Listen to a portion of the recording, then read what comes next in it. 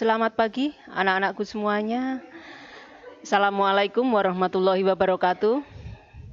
Saat ini kita bersama dalam masa pandemi. Semoga anak-anakku dalam keadaan sehat walafiat, tidak ada kurang suatu apapun, keluarga juga dalam kondisi sehat, sehingga bisa beraktivitas dengan maksimal di hari ini dan seterusnya. Anak-anakku, saya yakin Anda saat ini sangat merasa bosan dengan pembelajaran di masa pandemi. Anda merasa ada tekanan saat belajar di masa pandemi, karena harus ada yang ikut daring, harus ada yang ikut luring, sedangkan keduanya harus sama-sama berjalan bersamaan. Sama sebetulnya Bapak Ibu guru pun seperti itu. Kepinginnya belajar di masa-masa normal, tidak lagi berada dalam kondisi seperti saat ini. Kita memahami, semua memahami. Bapak Ibu di sekolah memahami kondisi anak-anakku semuanya. Tentunya orang tua pun seperti itu. Tetapi jangan sampai semuanya itu mengerdilkan kita. Jangan sampai semuanya itu membatasi kreativitas kita. Makanya sebelumnya saya bertanya, apakah anak-anakku merasa lelah? Tentunya beberapa ada yang iya bu, iya bu, iya bu, dan seterusnya. Apakah anak-anakku merasa kebingungan? Tentunya iya. Karena apa? Anda tidak bisa secara langsung ketemu dengan Bapak Ibu guru, tidak bisa secara langsung menanyakan, misalnya ada kekurangtahuan atau kekurangfahaman dari anak-anakku semuanya. Anak-anak tidak bisa menyampaikan secara langsung. Karena apa? Anda hanya mendengarkan, memahami pun saat anak-anakku mendengarkan. Memahami pun anak-anakku lewat HP, lewat laptop. Tidak bisa bersama atau bertatap muka langsung dengan Bapak Ibu guru. Oleh karena itu, semuanya itu, rasa lelah, rasa tekanan, bingung, itu akan menimbulkan satu efek, yaitu stres. Nah, tentunya jangan berpikir sempit bahwasanya stres itu yang di jalan-jalan itu, tidak seperti itu ya. Pada saat kita dalam kondisi tertekan, kita bingung, kita lelah, kita berada di bawah tekanan berbagai guru atau bermacam-macam mata pelajaran yang harus semuanya kita kuasai, kita pun merasa bingung. Di situ timbul nantinya adalah yang dinamakan stres itu. Nah, ini, apakah itu stres? Suatu hal yang membuat diri kita tidak nyaman tadi karena tertekan, karena bingung. Terlebih dalam pikiran kita yang mana hal tersebut adalah respon atau reaksi fisik maupun psikis akibat dari suatu tekanan. Reaksi fisik utamanya saat Anda belajar di sekolah, tentunya Anda duduknya ditata, tertata. Tapi pada saat Anda belajar di rumah, Anda dengan terlentang, Anda dengan posisi istilahnya orang Jawa bilang ngabrek dan seterusnya. Itu adalah posisi-posisi reaksi yang bisa menimbulkan stres juga. Bukan berarti kalau kita itu enak-enak leha-leha dengan posisi tidur itu akan memperbaiki diri, tidak. Dalam posisi belajar ya kita posisinya adalah duduk seperti halnya belajar tatap muka. Secara psikis ya, respon psikis Anda merasa saat sudah bosan, sudah lelah, bingung, akhirnya Anda malas mendengarkan, malas memahami, malas mengerjakan. Kondisi-kondisi itulah ya yang nantinya menjadi respon dari ketidaknyamanan di pikiran anak-anakku semuanya. Nah, itu masuk dalam fase atau zona stres. Apa saja gejala yang bisa kita rasakan langsung saat kita dalam zona tersebut atau dalam zona stres? Yang pertama adalah sakit utamanya di kepala. Karena apa? Saat kita berpikir, saat kita memikirkan, tentunya kondisi itu akan mempengaruhi otak, tempatnya di kepala. Oleh karena itu sakit kepala. Tapi ada macamnya juga yang lain secara fisik kita bisa kekurangan, yaitu kemungkinan di mah. Saat orang berpikir keras, mah itu yang paling mudah dia mengikuti. Mah itu adalah gangguan pada lambung. Hipertensi, tekanan darah bisa naik, bisa turun ya di sini. Kalau hiper berarti naik. Tetapi saat kita kondisi misalnya kurang tidur karena memikirkan tugas dan seterusnya, atau kurang tidur memikirkan tekanan yang ada pada diri kita, maka kita bisa kurang tidur, akhirnya tekanan darah turun. Di bawah nanti ada insomnia. Lah, disitulah pada saat kita berpikir tugas kita, berpikir kekurangan kita, dan seterusnya, tekanan yang ada pada diri kita sulit untuk tidur. Termasuk gejalanya itu. Kemudian mudah lelah. Yang jelas iya, saat energi yang kita gunakan untuk berpikir itu lebih besar, maka kita akan lebih mudah lelah daripada kita menggunakan otot untuk bekerja. Kalau lelah di otot kita saat bekerja, bisa disembuhkan dengan hanya tidur saja. Tetapi jika lelah kita itu lelah pikir, itu sulit sekali, kita pakai tidur pun terkadang tidak bisa sembuh.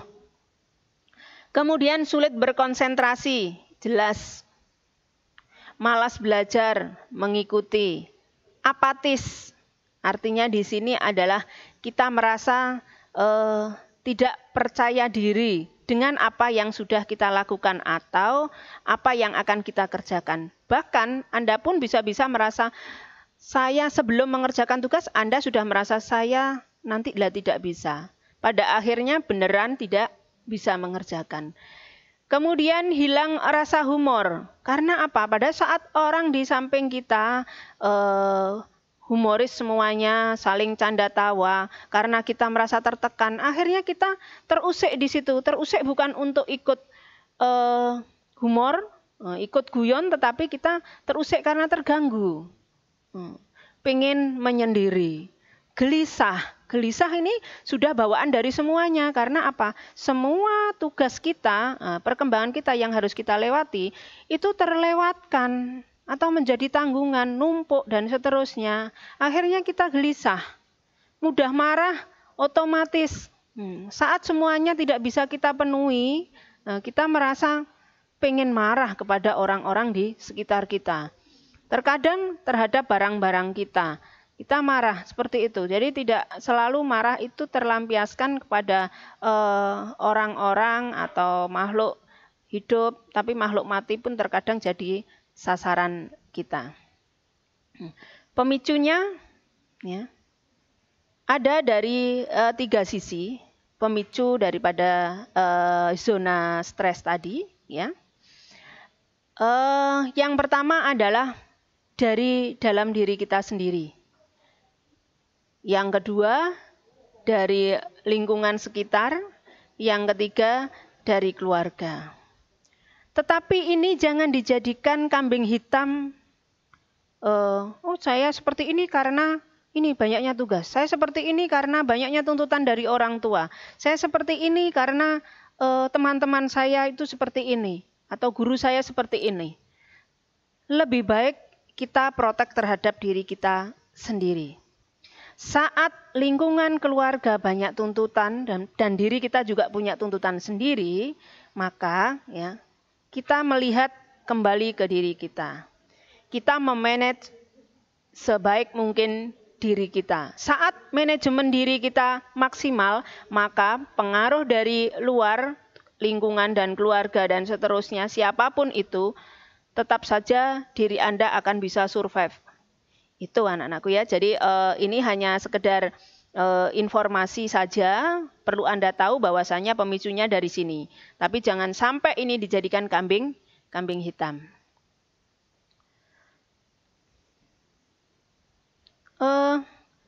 Selanjutnya, dari pemicu stres, bagaimana cara mencegahnya? Pemicu tadi kita kesampingkan saja. Kenapa demikian? Karena memang jangan sampai kita mengkambing hitamkan daripada pemicu. Lebih baik bagaimana kita memanage diri untuk mencegah biar tidak zona stresnya semakin menebal. Yang pertama, kita bisa menghibur diri dengan olahraga yang tidak terlalu keras, artinya olahraga rekreasi saja yang kita lakukan. Ya, misalnya berlari atau jalan cepat atau bersepeda sambil kita menikmati dari lingkungan atau sekitar daerah yang kita pakai untuk berolahraga. Beribadah yang lebih rajin itu juga bisa kita gunakan untuk mengelola stres. Kemudian makan teratur bergizi itu sudah tentu, karena apa? Tadi efek fisik pun secara fisik juga kita dapat dari kalau kita dalam zona stres. Selanjutnya istirahat yang cukup. Kalau tadi ada insomnia, tentunya kita sulit ya untuk tidur. Tetapi jangan terus kalau kita tidak bisa tidur terus kita mengalihkan dengan kegiatan lain. Kita bisa dengan sekedar rebahan sambil mendengarkan musik, itu bisa kita lakukan. Kemudian melakukan kegiatan-kegiatan positif. Kegiatan positif itu apa saja? Bisa yang terkait dengan hobi yang anak-anakku tekuni atau yang anak-anakku ingini selama ini. Hobi apa itu dikembangkan di situ.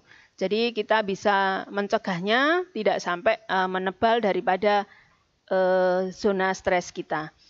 Apabila sudah terlanjur ya, ketebalan dari zona stres kita itu tinggi, apa yang harus kita lakukan?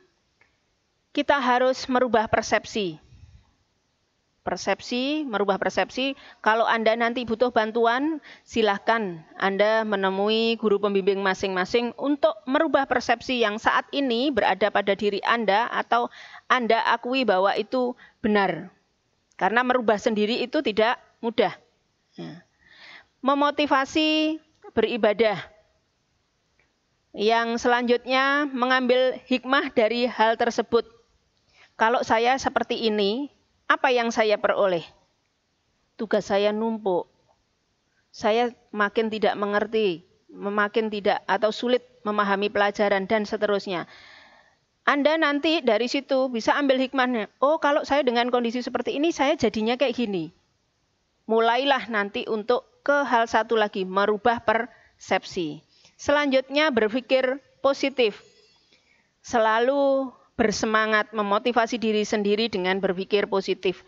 Artinya, contoh saat ini kita dalam masa pandemi. Kita ambil sisi positifnya, jangan kita ambil sisi negatifnya dalam berpikir. Untuk apa tujuannya? Yaitu tadi untuk menepis atau menipiskan persepsi jelek kita sehingga kadar stres kita atau zona stres kita bisa turun. Satu lagi, jadikan dirimu inspirasi untuk orang lain. Buatlah orang lain melihat Anda. Melihat apa? Melihat kelebihan Anda.